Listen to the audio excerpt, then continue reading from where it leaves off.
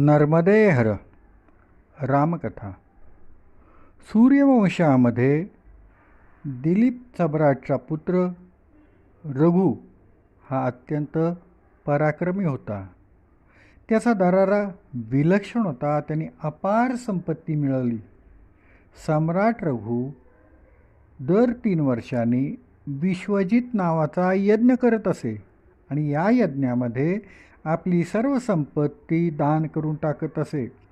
स्वतःची वैयक्तिक संपत्ती दान करणं म्हणजे घरात एकही भांडं शिल्लक न ठेवता सर्व दान करत शेवटी केवळ पत्नीचं मंगळसूत्रच शिल्लक राहत असे. ह्या रघुराजामुळंच सूर्यवंशाला रघुकुल असं ओळखायला लागले. एकदा रघुचा विश्वजित यज्ञ आटोपला आणि 2 दिवसानंतर त्याच्याकडं कौत्स नावाचा एक ब्रह्मचारी मुनी आला. रघुचा आणि कौत्स मुनींचा पूर्वपरिचय होताच. राजानं मातीच्या भांड्यातनं मधुपर्क कंस मुनींना दिला. कंस मुनींना त्यांनी त्यांच्या शिक्षण संस्थेबद्दल आस्थेनं विचारलं. मग मागील वेळी सम्राट रघुनं त्यांच्या आश्रमात भेट दिली होती. त्यावेळी एक हरणी गर्भवती होती. त्या गर्भवती हरणीचं बाळणपण ठीक झालं ना अशी त्यांनी चौकशी केली. बघा, एवढे मोठे सम्राट असून किती बारीक सारीक गोष्टींच्यावर त्यांचं प्रेम असतं, आगत्य असतं. असं सर्वांच्याविषयी अत्यंत प्रेम जवळीक असलेला हा रघुराजा आहे.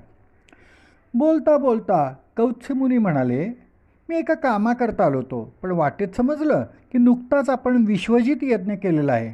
मग विचार केला आलोच आहे तर आपली भेट घेऊन पुढं जावं. रघुच्या लक्षात आलं की यांना काहीतरी भिक्षा हवी आहे. ब्रह्मचार्यांना भिक्षा मागण्याचा अधिकार असतो. राजा रघु सांगतो, तू संकोच करू नकोस.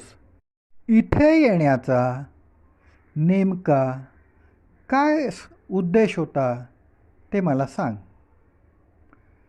काय हेतूनं तू इथं आलास ते मला सांग. तेव्हा कंसमुनी म्हणतात, माझं आश्रमातलं शिक्षण पूर्ण झालं. माझ्या आग्रहावरून गुरुदेव गुरुदक्षिणा घ्यायला तयार झाले आणि म्हणाले, तुला द्यावंसं वाटतं ना, मग आश्रमाला 14 कोटी सुवर्णमुद्रांची गरज आहे, तेवढी तू दे. माझ्याकडं एवढं धन नाही. मी मोठ्या आशेनं आपल्याकडं आलो होतो, पण मला वाटेत समजलं की आपण नुकताच विश्वजित यज्ञ केलेला आहे. आता आपल्याजवळ काही नाही. मग मी प्रेमानं केवळ भेटायला आलो आहे. तुम्ही काही मनात दडपण घेऊ नका. मी याचक म्हणून आलेलो नाही. रघुनी विचार केला आणि तो कंसमुनींना म्हणाला, आपण 3 दिवस विश्रामगृहात थांबावं. मला 3 दिवसाची मुदत द्यावी. रात्री सम्राट रघुची बेचैनी बघून राणी म्हणाली, मी माहेरी निरोप पाठवू का? तिथून मिळू शकतील आपल्याला. रघुराजा म्हणतो, हा विषय परत काढू नकोस. अगं, राजकोष तुडुंब भरलेला आहे, पण हे दान वैयक्तिक संपत्तीतून द्यायचं आहे. रात्री रघुने विचार करून ठरवलं की उद्या आपण कुबेरावरच स्वारी करायची, अन्य उपाय नाही. रघुचे सेनापती आपल्यावर आक्रमण करण्याची तयारी करत आहेत हे कुबेराला समजलं. कुबेरानं त्याचं कारण जाणलं व आक्रमण टाळण्यासाठी त्यांनी रघु महाराजांच्या महालावर सुवर्णमुद्रांचा पाऊस पडला. सकाळी रघु महाराज उठून पाहतात तर काय, सगळीकडं सुवर्णमुद्रांचा सडाच पडलेला होता. तेवढ्यात कुबेरदूत आले. रघुराजाला त्यांनी वंदन केलं आणि म्हणाले, सध्या एवढ्याच पाठवलेले आहेत. अजून हवे असतील तर सांगावं. रघु महाराजाने कुबेरदूतांना थांबवलं आणि कौत्समुनींना बोलवलं.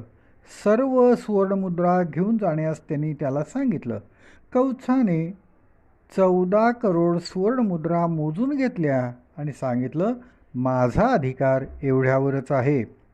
रघु महाराज म्हणतात, ही सर्व संपत्ती तुझ्यासाठी आलेली आहे, त्यावर माझा काही अधिकार नाही. कुबेरदूत ही बाकी मुद्रा नेण्यास तयार नव्हते. मग न्यायाधीशानं बोलवलं आणि त्याने निर्णय दिला की उरलेल्या मुद्रा रस्ते, विहिरी, तलाव, धर्मशाळा आणि सार्वजनिक वाचनालय आणि सार्वजनिक संस्थांच्यासाठी खर्च कराव्यात. सम्राट रघुचं चरित्र असं उज्ज्वल आहे, म्हणूनच त्याच्या पुढील वंशाला सूर्यवंशाच्या ऐवजी रघुवंश म्हणू लागले. या सम्राट रघुचा पुत्र अज आणि अजचा पुत्र दशरथ आहे. दशरथ महाराज यांना पुत्र नसल्याची खंत आहे. त्यांना 3 राणे आहेत. त्यांचं जीवन एखाद्या महर्षीप्रमाणे व्यतीत होत आहे. ते अत्यंत बलवान आहेत. अयोध्येच्या सबंध राज्यामध्ये कुणी अशिक्षित नाही, कुणीही गरीब नाही, कुणी कंजूस नाही, कुणी नास्तिक नाही. अयोध्येतील ब्राह्मण, क्षत्रिय, वैश्य, शूद्र आपापला स्वधर्म आचरण करणारे आहेत. त्यामुळं कायद्याची गरजच पडत नाही. कुठेही गडबड नाही, कोणीही दिनवाणा लाचार नाही. सर्व प्रजाजन अत्यंत सुखी आहेत. प्रौढत्वाकडं झुकलेल्या दशरथ महाराजांनी वसिष्ठांचा सल्ला घेतला की पुत्रप्राप्तीसाठी काय करावं. ब्रह्मर्षी वसिष्ठ म्हणतात, राजन, तुझ्या नशिबी उत्तम पुत्र आहेत, पण त्याला प्रतिबंध येत आहे. त्यासाठी आपण पुत्रकामेष्टी हा उत्तम यज्ञ केला पाहिजे. शिवाय हा यज्ञसुद्धा ऋष्यशृंग महर्षी यांच्याकडूनच करावा असं वाटतं. कारण महर्षी ऋष्यशृंग हे भूमंडलावरील सर्वश्रेष्ठ मंत्रसिद्ध आहेत. एकच मंत्र दोघांनी म्हणला तरी त्याचा परिणाम भिन्न भिन्न असतो. कारण मंत्रांचे सामर्थ्य केवळ त्यांच्या शब्दात नसते, तर ते शब्द कुणाच्या मुखातून व्यक्त होतात त्यालाच असते.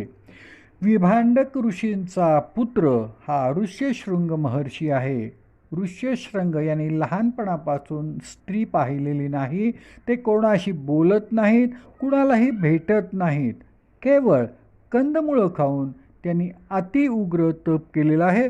त्यामुळं त्यांच्या मंत्रोच्चाराला वेगळंच तेज आहे.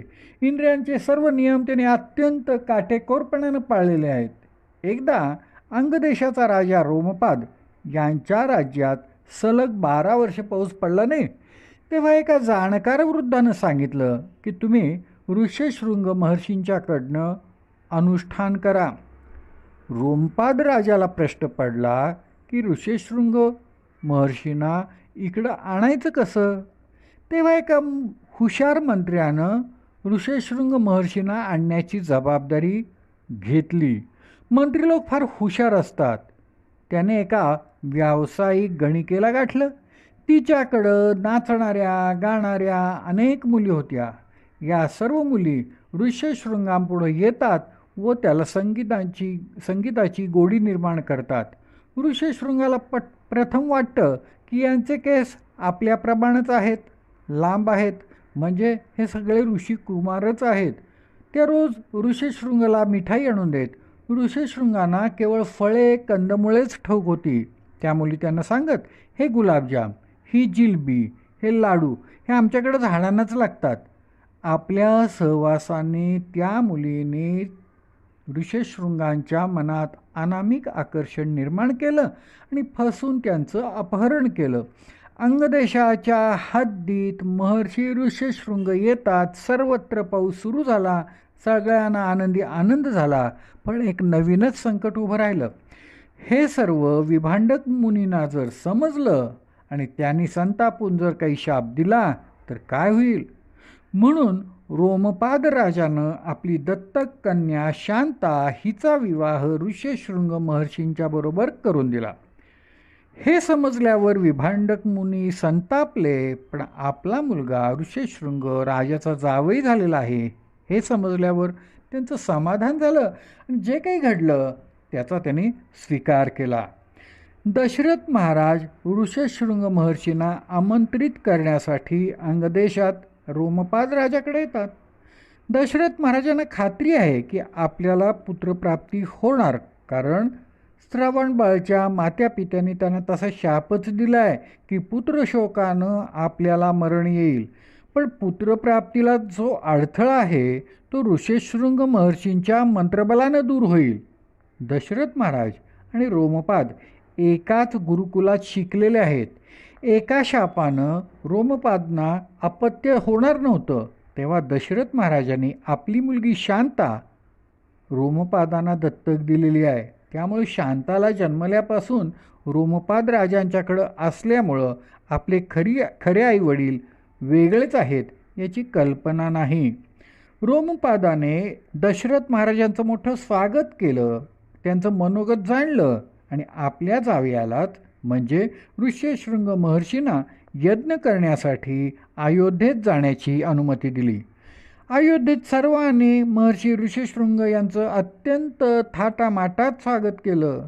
तेव्हा ऋषशृंग म्हणाले, सर्व पातकांच्या नाशासाठी आपणास अश्वमेध यज्ञ करावा लागेल व त्यानंतर पुत्रकामेष्टी यज्ञ करू, म्हणजे तो यज्ञ सफल होऊन आपल्या सर्व राण्यांना पुत्रप्राप्ती होईल. दशरथ महाराज सर्वप्रथम अश्वमेध यज्ञाची तयारी करतात.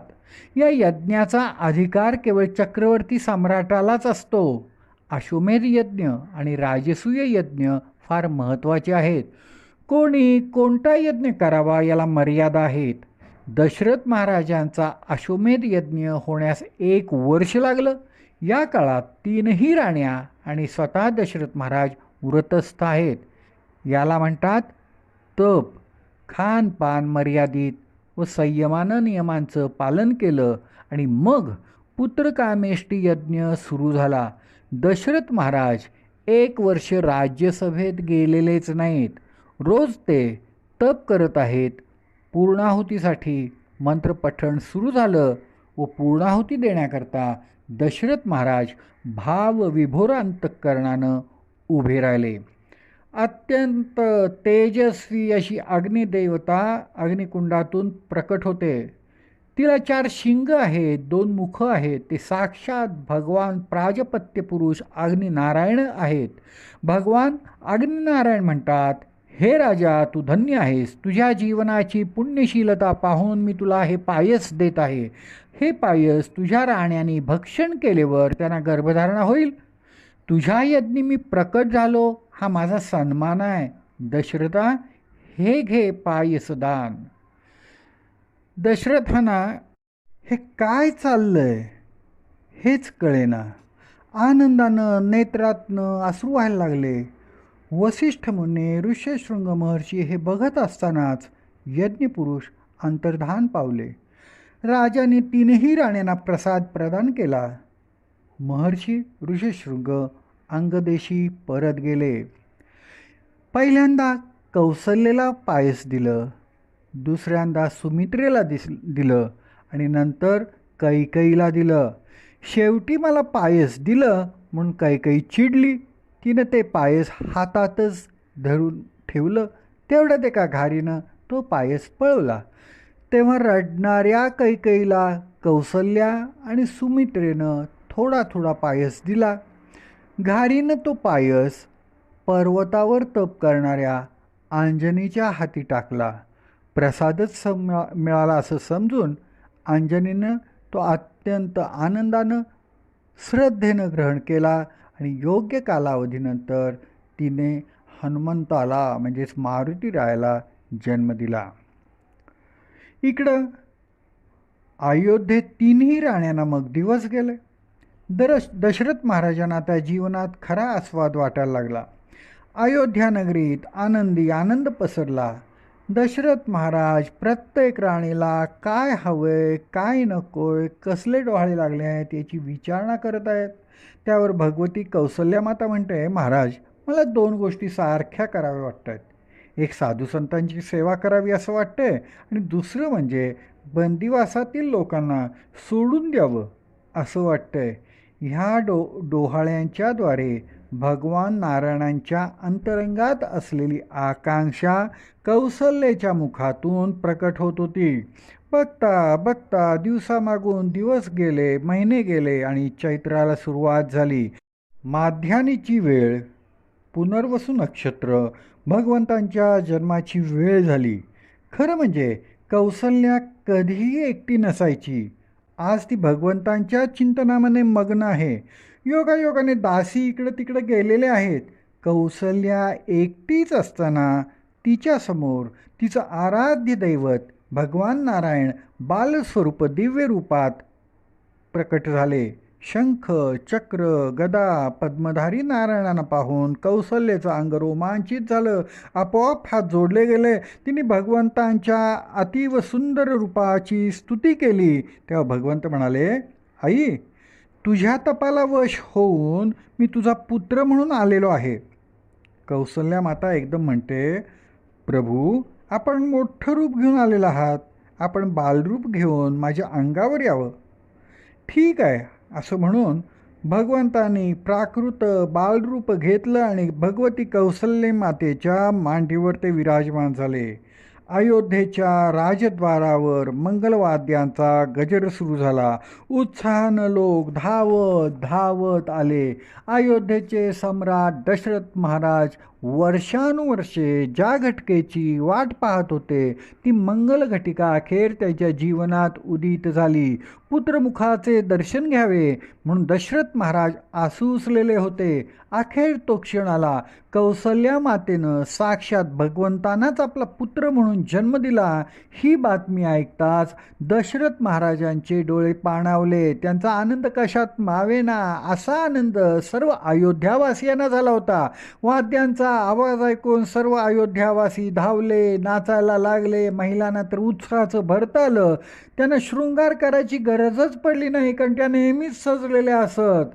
दुसऱ्या दिवशी बुधवारी पहाटेच त्याच तिथीला सूर्योदयापूर्वी कैकेयी मातेने भरताला जन्म दिला. लगेच गुरुवारी एकादशीला मध्यानीला सुमित्रा मातेने लक्ष्मण आणि शत्रुघ्न यांना जन्म दिला.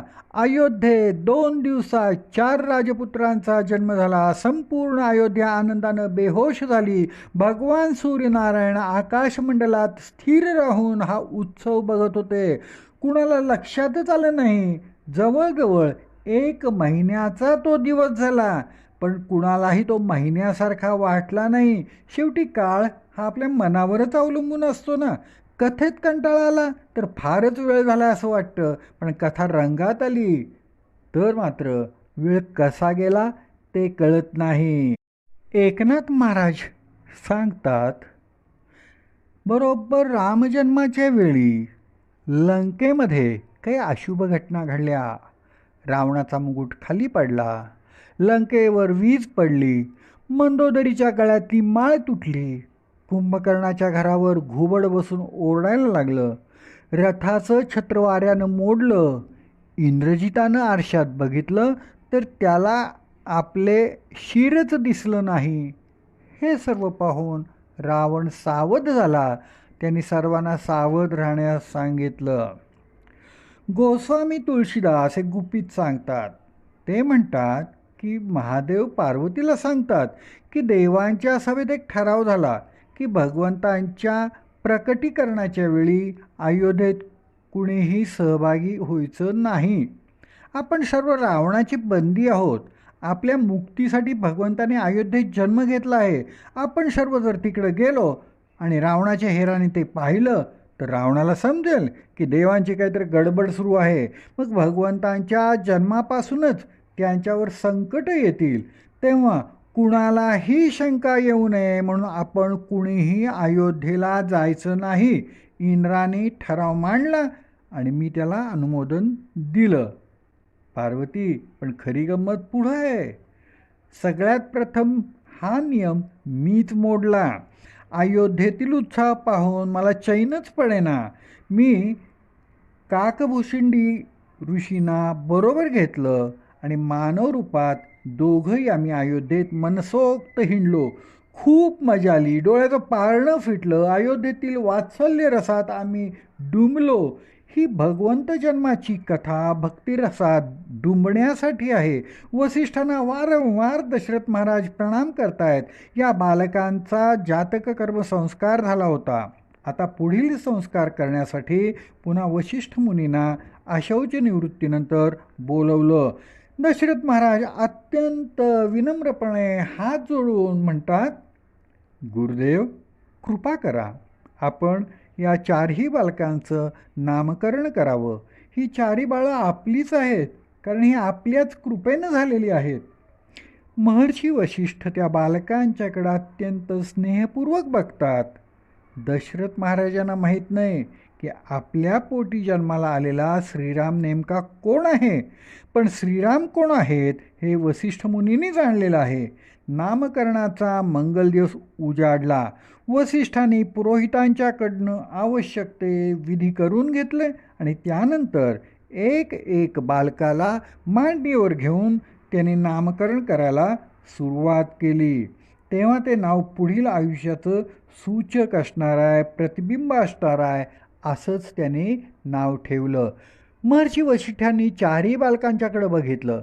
कौसल्यानंदन व कैकईनंदन दोघेही दिसायला सारखे असून श्यामल रंगाचे आहेत. दोघांच्यात एकच फरक आहे, तो म्हणजे कौसल्यानंदनच्या वक्षस्थलावर रोमावलीचे एक पदचिन्ह आहे. दोन्ही सुमित्रानंदन गौरवर्णीय आहेत.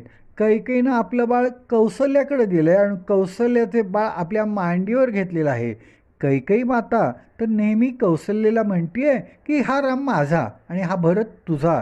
कैकेयी मातेच्या मांडीवरनं वसिष्ठ मुनींनी कौसल्यानंदन घेतला. वसिष्ठाने आपल्या मांडीवर कौसल्यानंदनला घेतलं तेव्हा ते अक्षरशः रोमांचित झाले. अंग त्यांचं मोहरून गेलं. नेत्रामधनं आपोआप पाणी यायला लागलं. ज्याच्या ठिकाणी भगवत तत्व आहे त्याला पाहताच तुमचं मन त्याच्याकडं आकृष्ट होणारच, हे लक्षात ठेवा.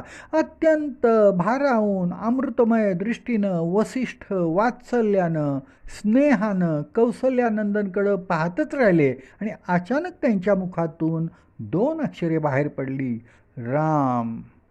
अवघ्या जगाचा आनंद ज्यात सामावलेला आहे तो राम. अवघ्या जगाचा संपूर्ण आनंद जो आनंद सिंधू म्हणजे राम.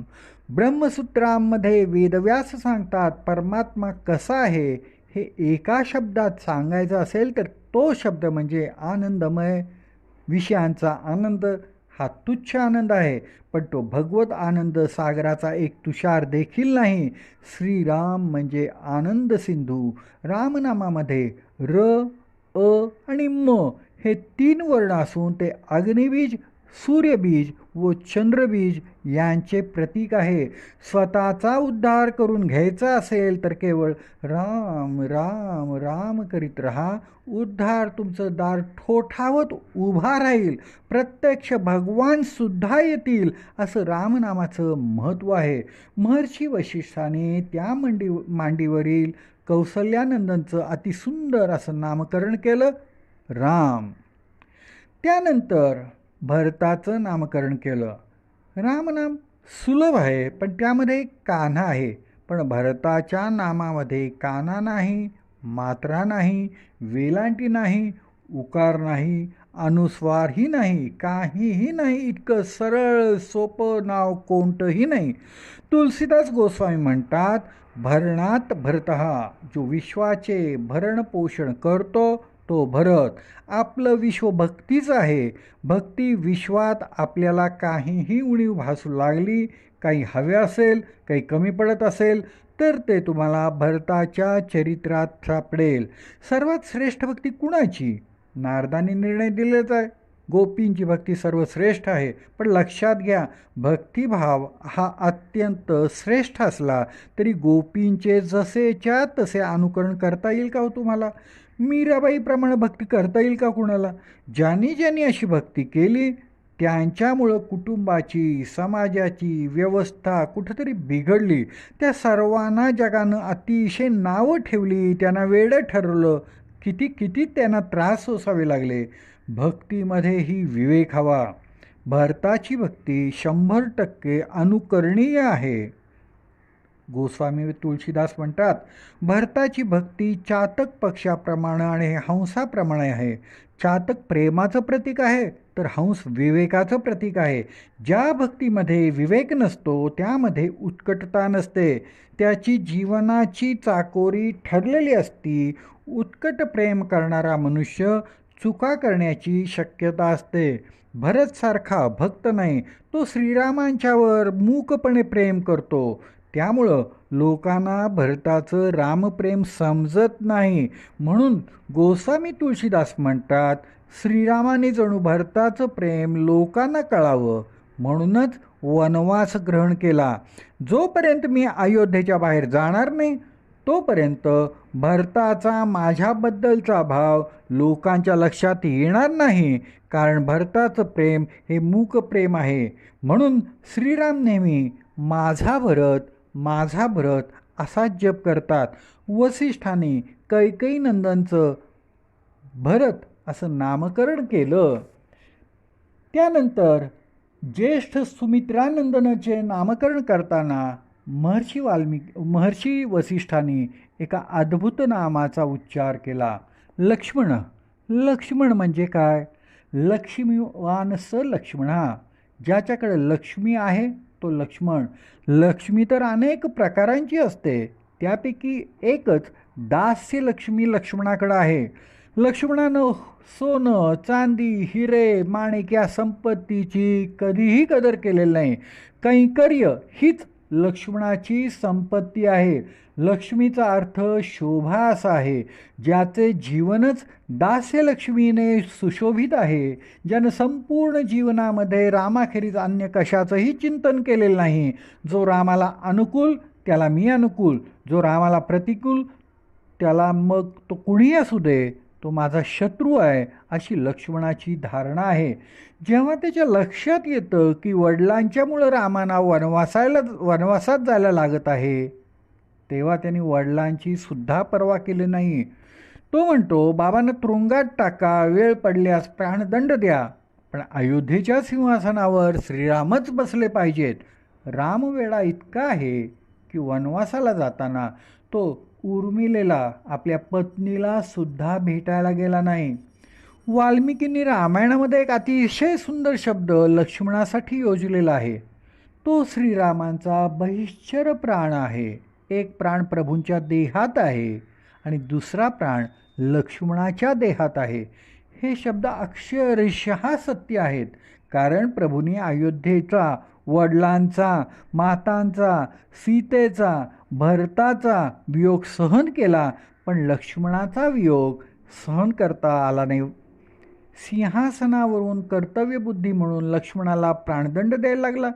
लक्ष्मण श्रीरामांना प्रणाम करून शरयू नदीत प्रवेश करून प्राणत्याग करतो. ते ऐकून श्रीराम म्हणाले, राजा म्हणून मी न्याय केला, आता भाऊ म्हणून मी त्याच्याशिवाय राहू शकत नाही.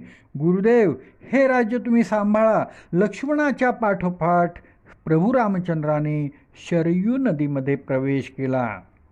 वाल्मिकी लक्ष्मणांना आणखीन एक विशेषण वापरतात.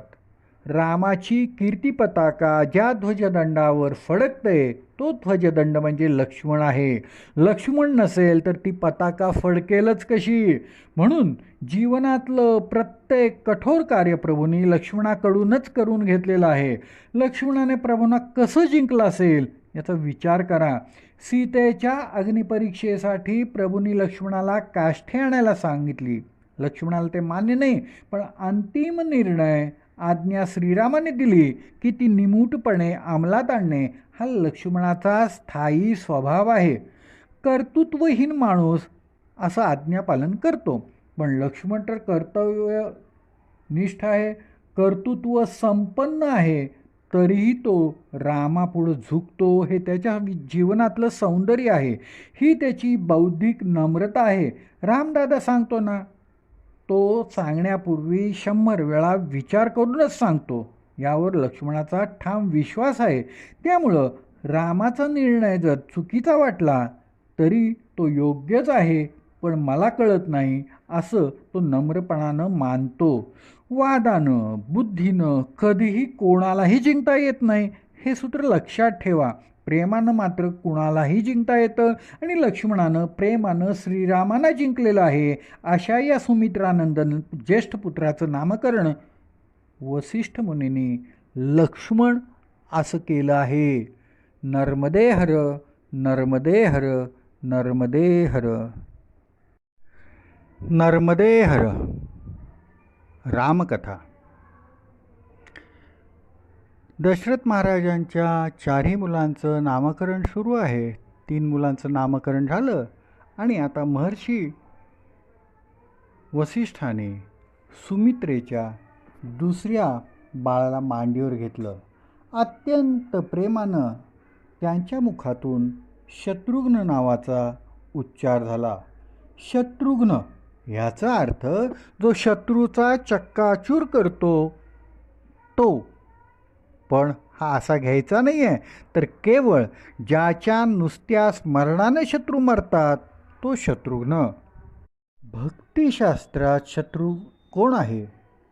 काम, क्रोध, लोभ हे भक्तिशास्त्रातले शत्रू आहेत. पण अहंकार हा सर्वात मोठा शत्रू आहे. कामी व्यक्तीला, क्रोधी व्यक्तीला, लोभी व्यक्तीला पश्चाताप होतो, पण अहंकारी व्यक्तीला कधीही पश्चाताप होत नाही. त्यामुळं अहंकारी व्यक्ती तरुण गेल्याचं एकही उदाहरण नाही. शत्रुघ्नच्या जीवनाचं चिंतन केलं तर आपला अहंकार नाहीसा होईल. काही व्यक्ती अशा असतात की त्या कधीही पुढे येत नाहीत.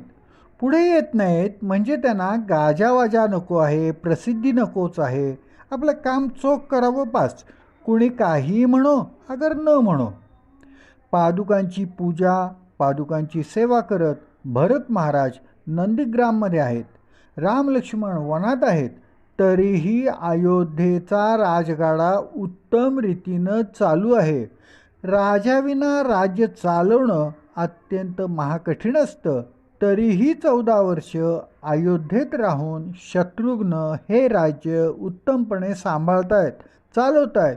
घरात 3 माता आहेत. कौसल्या सतत अश्रुपात करतीये. कैकेयी अंतःकरणात अखंड जळतीये.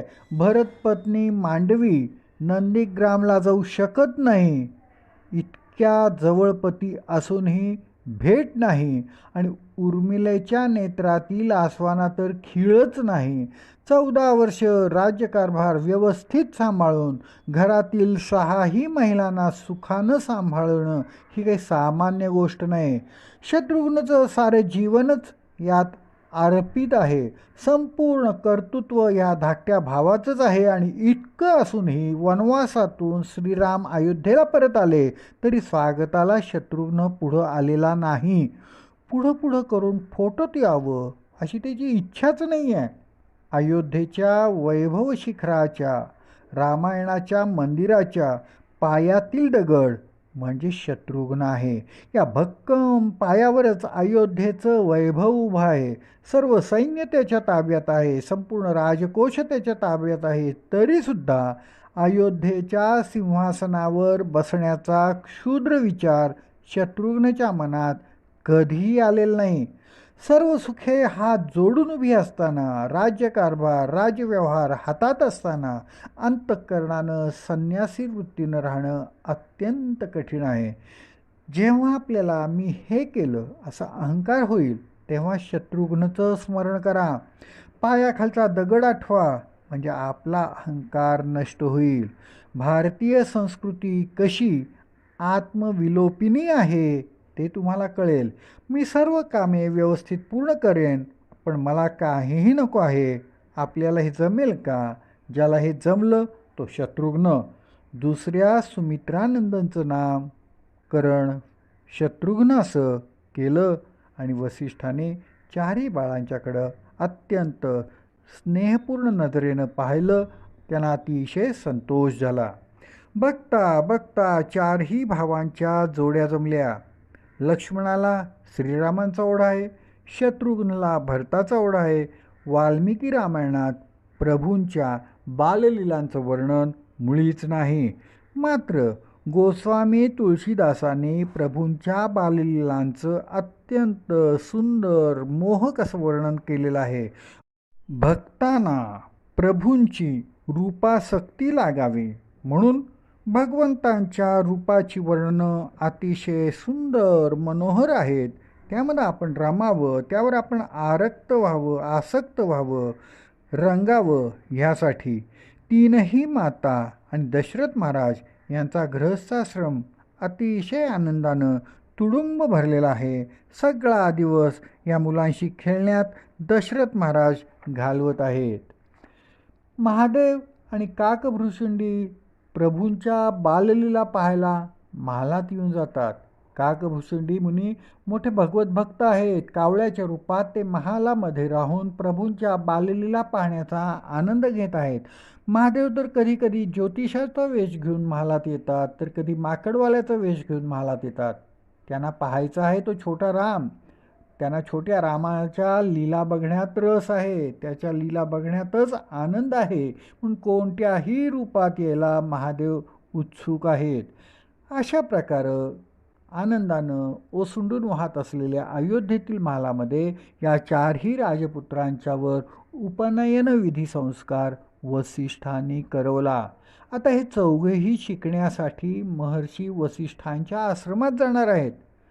कैकेयी माता म्हणते यांची शिक्षणाची व्यवस्था आपण राजमहालातच करूया, आचार्यांना इथं बोलूया, त्यांना उत्तम वेतन देऊया. असं आईला वाटणं स्वाभाविक आहे.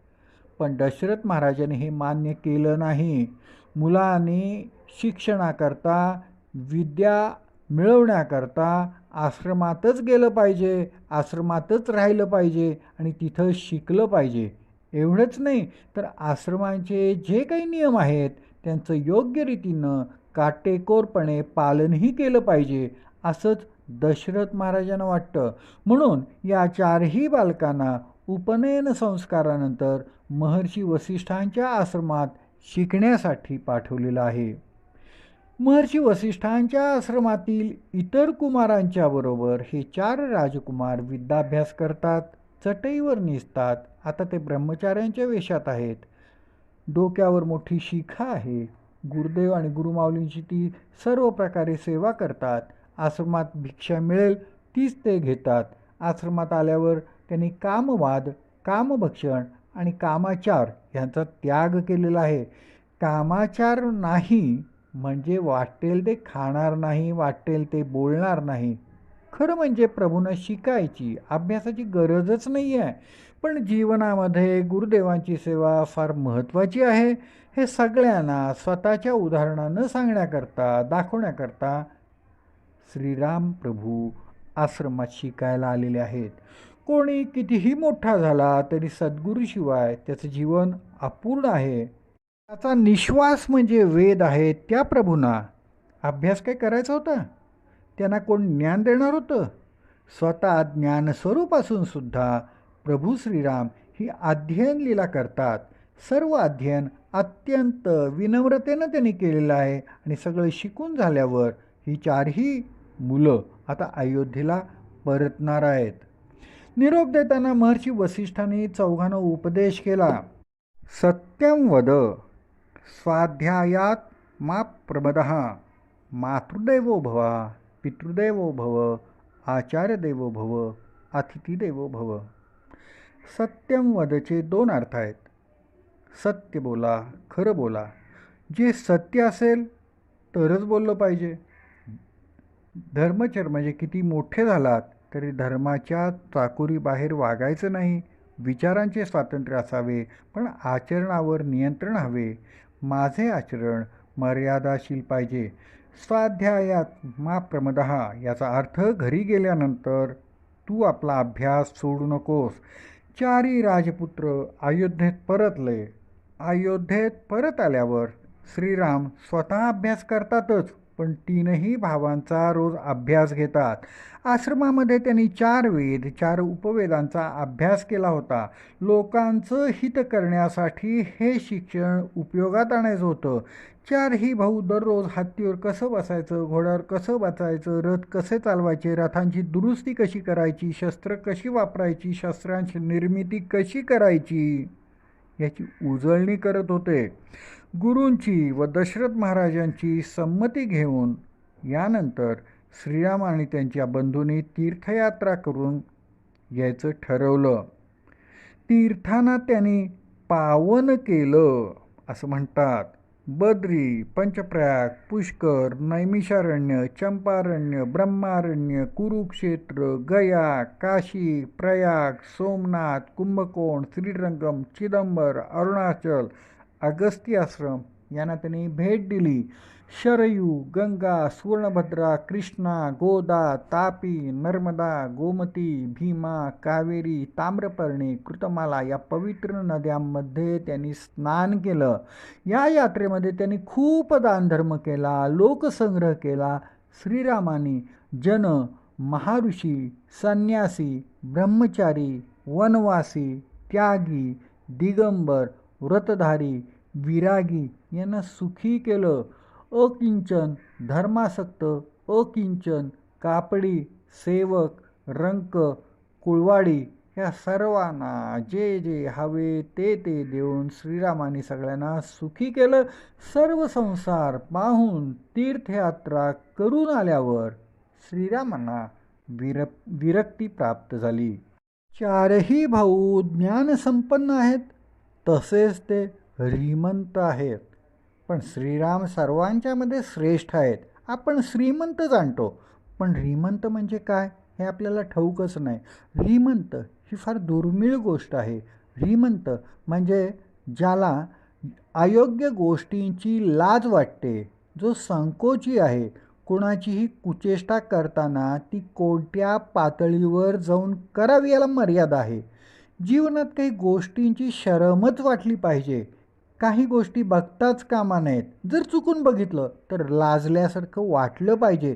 या सर्व मर्यादा हे चारही बंधू जाणतात आणि पाळतातही.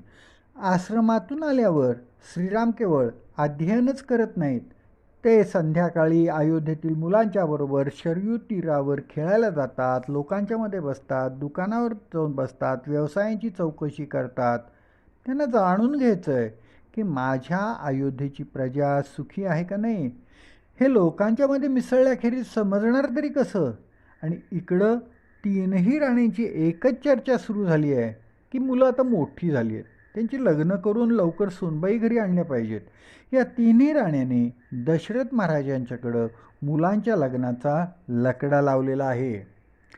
दशरथ महाराज आपल्या सभेमध्ये बसलेले असताना त्यांना सूचना मिळाली की महर्षी विश्वामित्रांचं आगमन झालेलं आहे. दशरथ महाराजांचा या बातमीवर विश्वासच बसला नाही, पण सेवकांनी सांगितलं खरोखरच विश्वामित्र महर्षी आलेले आहेत. मग मात्र अत्यंत लगबगीनं दशरथ महाराज स्वागतासाठी धावले, कारण एखाद्या सम्राटाला आपणहून विश्वामित्राने भेटायला जाणं हे आश्चर्यच होतं. वाल्मिकी रामायणामध्ये विश्वामित्रांची ही कथा खूप विस्तारात आलेली आहे. हा थोर महर्षी म्हणजे प्रयत्नवादाचा मूर्तिमंत पुतळा आहे. क्षत्रिय कुळात जन्मलेले, वडिलांपश्चात ते सिंहासनावर बसलेले आहेत. आपल्या सेनेसह ते एका मोहिमेवरून परत येत होते. वाटेत त्यांचा मुक्काम महर्षी वसिष्ठांच्या आश्रमाजवळ होता. सारेजण सैनिक सायंकाळी वनात थांबले आणि मुक्कामाच्या सर्व आज्ञा देऊन विश्वामित्र राजा महर्षी वसिष्ठांच्या दर्शनाकरता आश्रमात आले. वसिष्ठांचं त्यांनी दर्शन घेतल्यावर त्यांनी विचारलं, कुठून आलात? विश्वामित्र सांगतात, आम्ही एका मोहिमेवरून आलेलो आहोत. तेव्हा वसिष्ठ म्हणतात, मग माझ्या आश्रमात मुक्काम का करत नाही? संकोच करू नका. तेव्हा विश्वामित्र सांगतो की माझ्याबरोबर 10,000 सैनिक आहेत, त्यांची आश्रमात कशी काय सोय होईल? तेव्हा वसिष्ठ सांगतात, राजा, सर्वांची उत्तम सोय होईल. तुम्ही सर्वांना घेऊन आश्रमात यावं. विश्वामित्र राजा महर्षी वसिष्ठांच्यावर विश्वास ठेवून सर्व सेना घेऊन आश्रमात येतात आणि आश्चर्य म्हणजे सर्वांची राहण्याची, जेवणाची अतिशय उत्तम सोय तिथं केलेली होती. सेवेसाठी अनेक नोकर चाकरसुद्धा हजर होते. राजाला आश्चर्य वाटतं, आपण गेलो आणि परत आलो एवढ्या कमी वेळेत वसिष्ठांनी सगळ्यांची इतकी उत्तम सोय कशी केली. सर्व सैनिक आरामात तृप्त होऊन झोपले, पण राजा विश्वामित्राला झोप आली नाही. रात्रभर तो जागा होता, विचार करत होता, या ब्राह्मणाने आपली एवढी उत्तम सोय कशी काय केली असेल. सकाळी सर्वजण निघाले, पण राजाला मात्र राहवलं नाही. त्याने वसिष्ठांना विचारलं, ऋषीवर, आपण अल्पावधीमध्ये इतक्या सैनिकांची अतिशय उत्तम सोय कशी काय केली? तेव्हा अतिशय शांतपणे हसून वसिष्ठ म्हणाले, राजा, यात माझं काही विशेष नाही आहे. हे सर्व माझ्या कामधेनूच्यामुळं झालेलं आहे. तिच्या कृपेनं हे घडलं आहे. मी नुसतं शबलेला सांगितलं आणि हे आपोआप प्रकट झालं. राजा विश्वामित्राच्या मनात आलं, आमची तर फार मोठी मोठी कामं असतात. ह्या ऋषींना ही कामधेनू हवीच कशाला?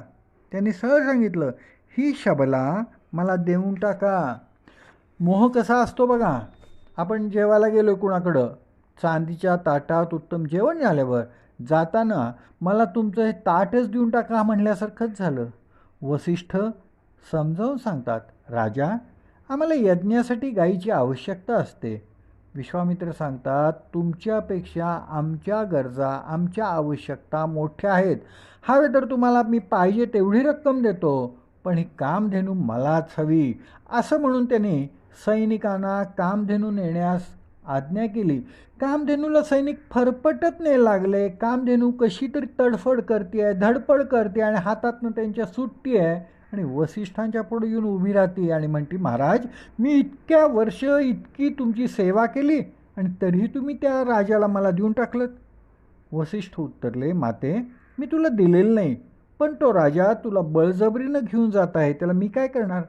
तेव्हा कामधेनू म्हणाली, मग आता तुम्ही भिवू नका, काय करायचं ते मीच बघते. त्यानंतर त्या शबलेने वारंवार हुंकार दिले. तिच्या हुंकारातून अनेक सैनिक निर्माण झाले. त्या सैनिकाने विश्वामित्रांच्या सर्व सैनिकांची धुळधाण उडवली. सगळी सेना पराभूत होऊन पळून गेली. विश्वामित्र आश्चर्यचकित होऊन बघतच राहिले. स्वतः विश्वामित्राने शबला आणि वसिष्ठांच्यावर अनेक अस्त्रांचा मारा सुरू केला, पण त्याचा काहीही उपयोग झाला नाही. विश्वामित्रांचा पराजय झाला. ते निघून गेले. आता विश्वामित्रानं काय केलं असेल? ते सरळ हिमालयात गेले. अत्यंत दिव्य असं तप केलं. महादेव प्रसन्न झाले. त्यांच्याकडनं अनेक दिव्य अस्त्र घेतली आणि राजा विश्वामित्र पुन्हा वसिष्ठांच्यावर आक्रमण करतात. वसिष्ठ महर्षी शबलेला घेऊन नुसते उभे राहिले. राजानं त्यांच्यावर अनेक दिव्य अस्त्र सोडली. वसिष्ठ केवळ एक दर्भ उचलून हातात धरतात. अगदी भीषणातलं भीषण दिव्यास्त्रसुद्धा त्या दर्भाच्या काडीपासून परत येई. अनेक दिव्यास्त्रे वापरून सुद्धा एकाचाही प्रहार वसिष्ठांच्यावर झालेला नाही. कोणत्याही दिव्यास्त्राचा वसिष्ठांच्यावर काहीही उपयोग होत नाही. हे पाहून विश्वामित्रांच्या लक्षात आलं की या जगात खरे बल, खरी शक्ती ब्रह्मतेजात आहे. मंत्रशक्ती हीच खरी शक्ती आहे. आता मी सुद्धा ब्रह्मर्षी होऊनच दाखवेन. आता प्रयत्नवादी विश्वामित्र, राजा विश्वामित्र ब्रह्मर्षी होण्याकरता निघाले. ब्रह्मर्षी होणं इतकं सोपं नसतं. त्यासाठी विश्वामित्रांनी प्रथम राज्य सोडणं भाग होतं. विश्वामित्रांनी राज्य सोडलं, प्रपंच सोडला. ते एका निर्जन ठिकाणी तपश्चर्या करायला गेले. त्यांनी घोर तप केलेलं बघून इंद्र घाबरला. त्यांचा तपोभंग करण्याकरता त्यांनी मेनकेला पाठवलं. मेनकेने अनेक प्रयत्न केले, पण चिकाटीनं मेनकेने सतत 10 वर्ष त्यांची सेवा केली. तरीही विश्वामित्रांच्यावर काहीही परिणाम झाला नाही. पण एक दिवस विश्वामित्र मेनकेवर भुलले. त्यांचा तपोभंग झाला. मेनका निघून गेली. विश्वामित्रांना पश्चाताप झाला, पण त्यांनी प्रयत्न सोडले नाहीत. ते म्हणाले, कामानं माझा नाश केला. त्यांनी कामाचा त्याग केला आणि पुन्हा तपश्चर्येला दुसरीकडे गेले. पहिल्यापेक्षा अधिक घोर तप त्यांनी केलं. पुन्हा इंद्राला भीती वाटायला लागली. त्यांनी रंभेला तपोभंग करायला पाठवून दिलं. रंभेनं खूप नाटकं केली, पण विश्वामित्र भुलले नाहीत. एक दिवस ते रंभेवर चिडून म्हणाले, तुला शाप देतो, तू कर्दळी होशील. आणि रंभेची कर्दळीचं फूल झालं. पण विश्वामित्रांचा तपोभंग झालाच ना. ते म्हणाले, ठीक आहे, यावेळी क्रोधानं माझा नाश केला. मी आता क्रोधाचा त्याग करतो. विश्वामित्रांनी प्रयत्न सोडले नाहीत. त्यांनी पुन्हा उग्र तपश्चर्या करायला सुरुवात केली. पुन्हा इंद्र घाबरला आणि ब्रह्मदेवांच्याकडे धावत गेला. तेव्हा इंद्र आणि ब्रह्मदेव प्रत्यक्ष येऊन विश्वामित्रांना म्हणतात, आता तप थांबवा, आपण महर्षी झालेला आहात.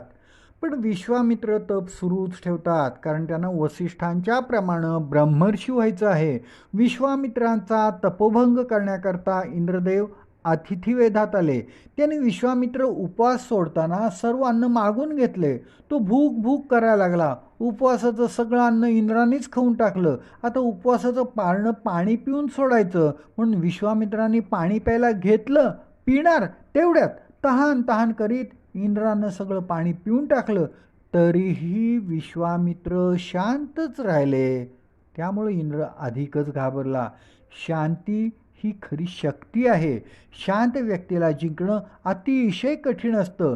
शेवटी पुन्हा ब्रह्मदेव इंद्रदेव आले आणि म्हणाले, आपण आता ब्रह्मर्षी झालात, आता तरी तप सोडा. तेव्हा विश्वामित्र म्हणतात, तुम्ही मला ब्रह्मर्षी म्हणत आहात, पण माझा तुमच्यावर विश्वास मुळीच नाही.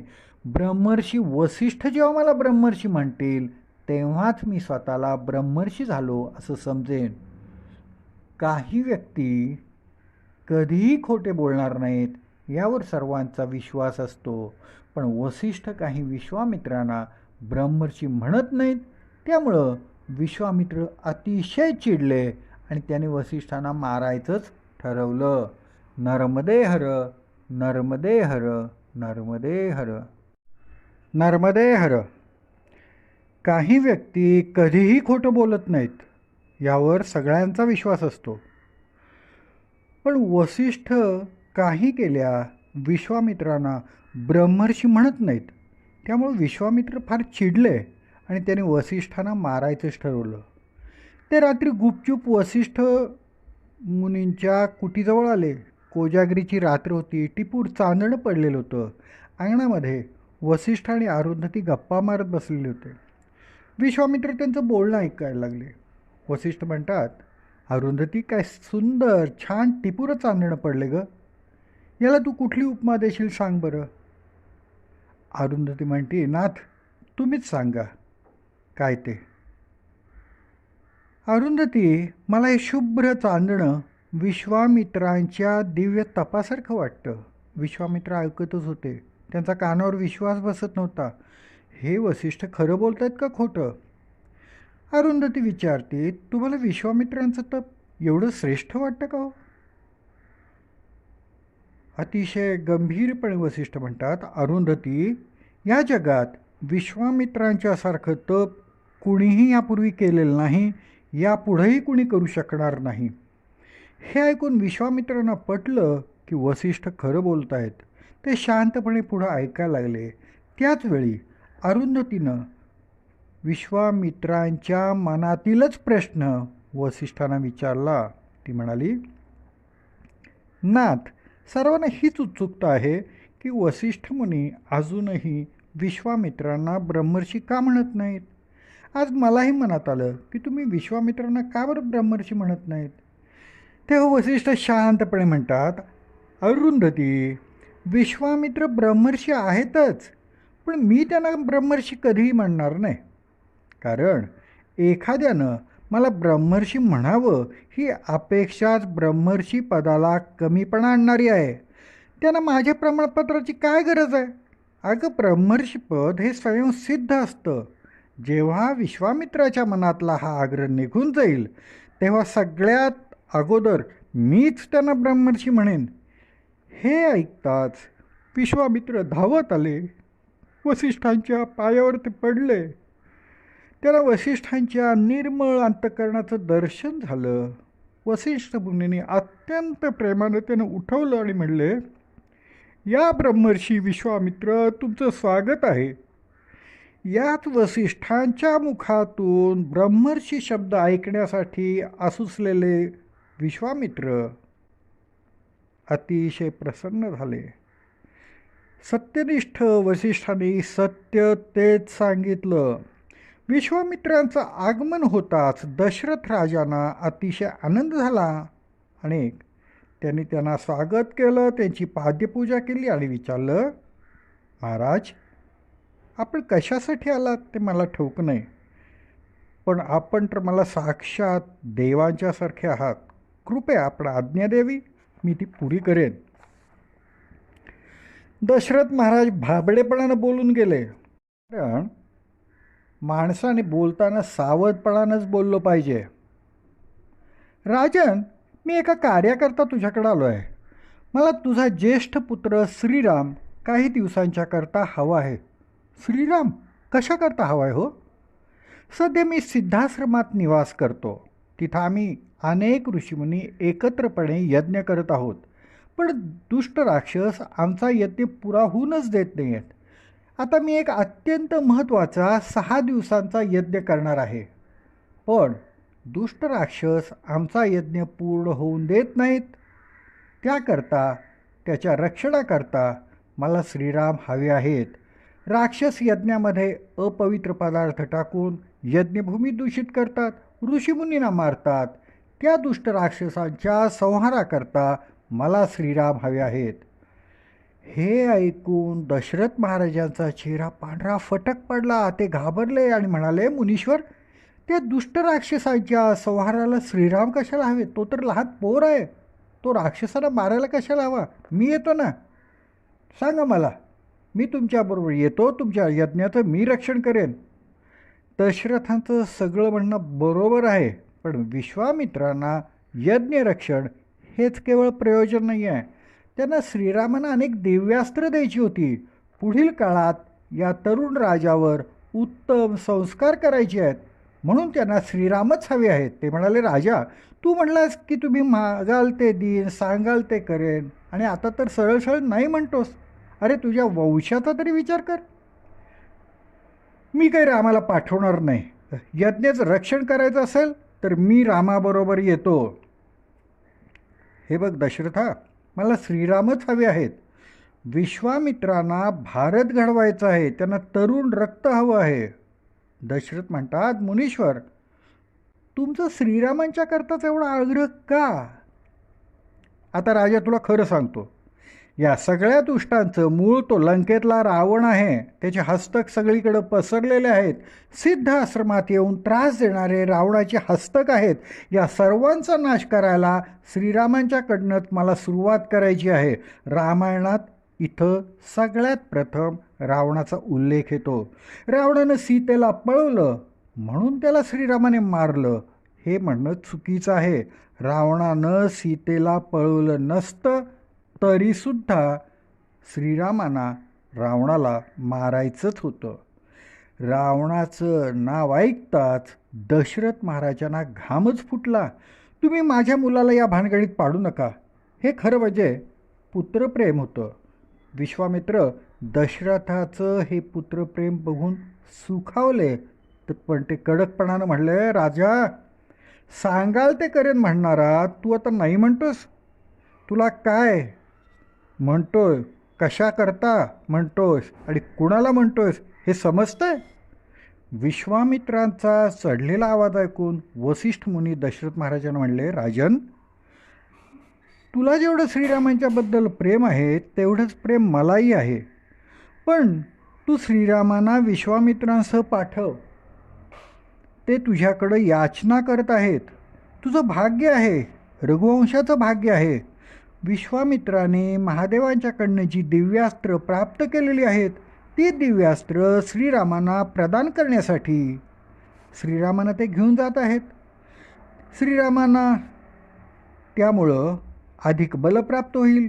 त्यामुळं श्रीरामांच्या शौर्याला, सौंदर्याला अधिक बहारच येईल. गुरुदेव वसिष्ठ असं म्हणल्यावर दशरथाला काही बोलायला येईना.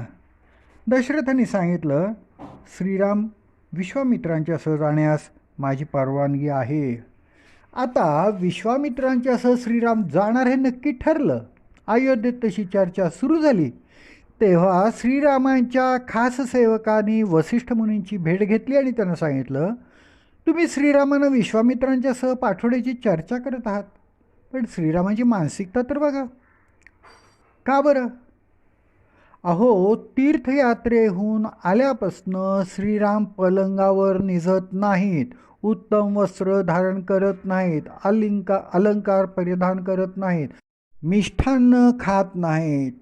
सतत ते एकांतात असतात, सतत गूढ चिंतनात ते असतात. तेव्हा वसिष्ठ श्रीरामांना बोलवतात.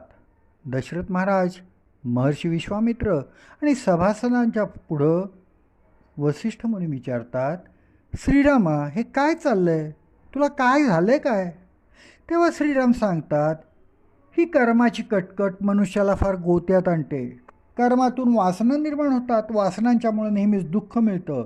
अनेक गोष्टी मिळवण्यासाठी मरमर करायची आणि शेवटी सगळ्या गोष्टी इथंच ठेवून जायचं. मग ही काथ्याकूट कशाकरता करायची हेच मला समजत नाही.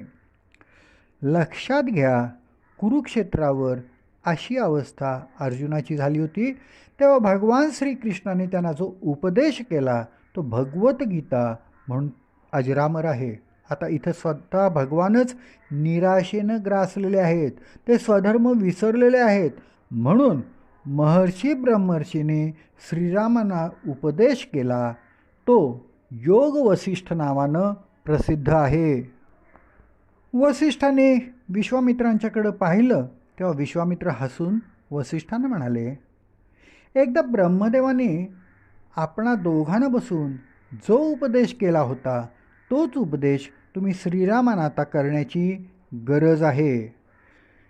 यापुढे श्रीराम प्रश्न विचारतात आणि वसिष्ठ त्यांची उत्तरं देतात. अशा संवाद रूपानं योग वसिष्ठ ग्रंथ आहे. हा उपदेश अत्यंत दिव्य आहे. स्वामी रामतीर्थ म्हणतात, पृथ्वीवरील हा अद्वितीय दिव्य ग्रंथ आहे. हा उपदेश अनेक दिवस चालला होता. अनेक विद्वान हा संवाद ऐकण्यासाठी रोज दरबारात येत असत. ज्ञानेश्वर माऊलींचा अत्यंत आवडता ग्रंथ कोणता तर तो योग वसिष्ठ आहे. गणिताच्या पद्धतीनं आईन्स्टाईननं जे विचार आपल्यासमोर मांडले, सापेक्षवाद मांडला, हे सगळं काही योग वसिष्ठमध्ये आहे. पण आपल्याला ते माहीतच नव्हतं. यामध्ये कोणता योग सांगितला आहे? आपण आसनं प्राणायामाला योग म्हणतो, पण ही काही योगांची अंग आहेत. हा काही पूर्ण योग नाही. संसार तरुण जाण्याची युक्ती म्हणजे योग. तरण म्हणजे काय? सागर म्हणजे कोणता सागर? जायचं कुठं? ईश्वर निर्मित सृष्टीचा मनुष्याला त्रास होत नाही, पण आपण जी सृष्टी बनवली आहे त्याचा आपल्याला त्रास होतो. खरं म्हणजे ही कृत्रिम सृष्टी आहे. मी व माझेपणाची ही सृष्टी आहे. आपण त्यातच गुंततो आणि आपल्याला त्रास होतो. मग ह्यातून बाहेर पडायचं कसं? मोक्ष म्हणजे काय? मनाचा वेग कमी कसा करायचा? मोक्षाचे द्वारपाल कोण? शेवटी आहे निर्वाण प्रकरण म्हणजेच आनंद प्रकरण. वसिष्ठांच्या उपदेशाने श्रीराम सुखावले. खरं म्हणजे त्यांना या उपदेशाची गरजच नव्हती, पण तुमच्या आमच्यासाठी श्रीराम निमित्त मात्र झाले आणि कर्मयोगाचं महान रहस्य आपल्याला प्राप्त झालेलं आहे. श्रीरामाने काय काय प्रश्न विचारले, त्यांच्या मनात काय दुःख होतं हे थोडक्यात आपण ऐकूया.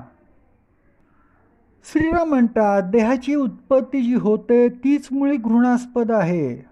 मातेच्या गर्भात बाळाला भोगावे लागणारे अतिशय दुःख असतं.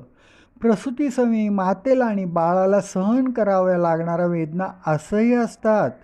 लहानपणी मी परमात्मा न जाणता मी कोण म्हणून बाळ रडत असतं. तरुणपणात विषयांची आवड वाढत जाते आणि ती आवड तृप्त होत नाही, तो अतृप्तच राहतो. तारुण्यामध्ये तो स्त्रीमध्ये आसक्त होतो आणि स्त्रीमध्येच गुंततो. अनमोल असा हा मानवी देह विषयांच्या लोभानं वाया जातो. तरुणपणात मनात विविध प्रकारच्या अहंकाराच्या लाटा निर्माण होतात.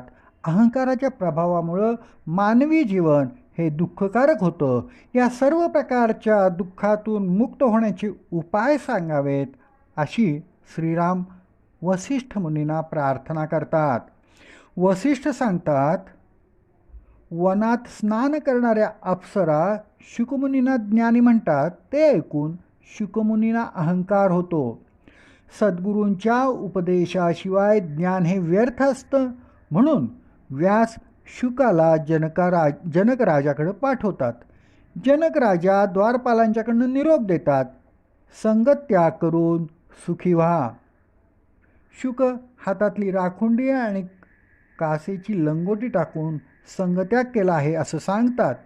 तेव्हा जनक राजा सांगतात, मी शुक आहे असं न म्हणता मी आत्मरूप आहे हे जाणावं. आणि शुकाने हे जाणलं.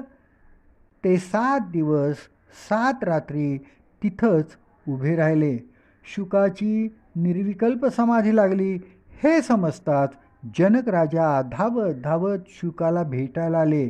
जे पाहायचं आहे आणि जो पाहणार आहे हे एकच जाणणं. पूर्ण ज्ञान सद्गुरूंचा उपदेश झाल्यावरच शुकमुनी ब्रह्मस्वरूप होतात. वसिष्ठ म्हणतात, राजा, अनमोल मानवी जीवन हे ब्रह्मज्ञान प्राप्तीसाठी आहे. मनाला जिंकण्यासाठी प्रारंभी आपल्या वासनांच्यावर नियंत्रण ठेवावे. निजज्ञान प्राप्त होण्यासाठी विवेक वैराग्य ज्ञान संपन्न होणं आवश्यक आहे. सद्गुरूंच्या आत्मतत्वाशी शिष्यानं एकत्व पावणं आवश्यक आहे. गुरुवाक्याशी एकात्मता प्राप्त झाल्यावर शिष्य सर्वात्मक बनतो. सत्संगापेक्षा श्रेष्ठ कोणतेही साधन नाही. त्यामुळं न बघताही दर्शन प्राप्त होते. दृश्य द्रष्टा व दर्शन ही त्रिपुटी नाहीशी झाली की अखंड ब्रह्मस्थिती प्राप्त होते. विषयांचा त्याग करणं हाच आनंद आहे. आपण जे ज्ञान ऐकतो तसं आचरणात आणत नाही म्हणून आपल्याला परमार्थ प्राप्त होत नाही. मनाचा निग्रह हा मनोदय करण्याचा असतो. वास्तविक सर्वच ब्रह्म आहे, पण भ्रांतीमुळं आपल्याला समजत नाही. आपल्या नामरूपाला खरं मानणं हाच भ्रम होय. आत्मतत्वाला माता पिता नाही म्हणून त्याला जन्म मरणही नाही. हे सर्व ऐकून श्रीरामांना अत्यंत आनंद झाला. ते आनंदमय झाले. त्यांना समाधी लागली. तेव्हा वसिष्ठ श्रीरामांना समाधीतून बाहेर काढतात.